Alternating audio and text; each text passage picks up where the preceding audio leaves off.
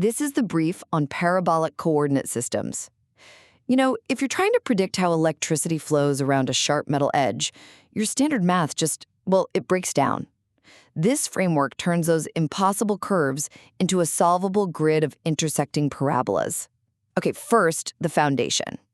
I want you to picture a coordinate grid, but instead of squares, it's made of these curved U-shaped parabolas.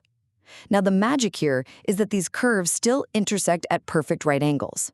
That's a property we call orthogonal, and it is absolutely crucial. Why?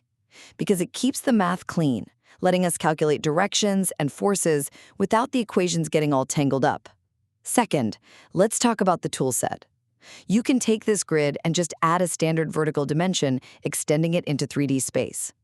Doing that allows physicists to grab their standard calculus toolkit, for measuring things like fluid flow or how fields spread out, and apply it accurately to these specific curved shapes.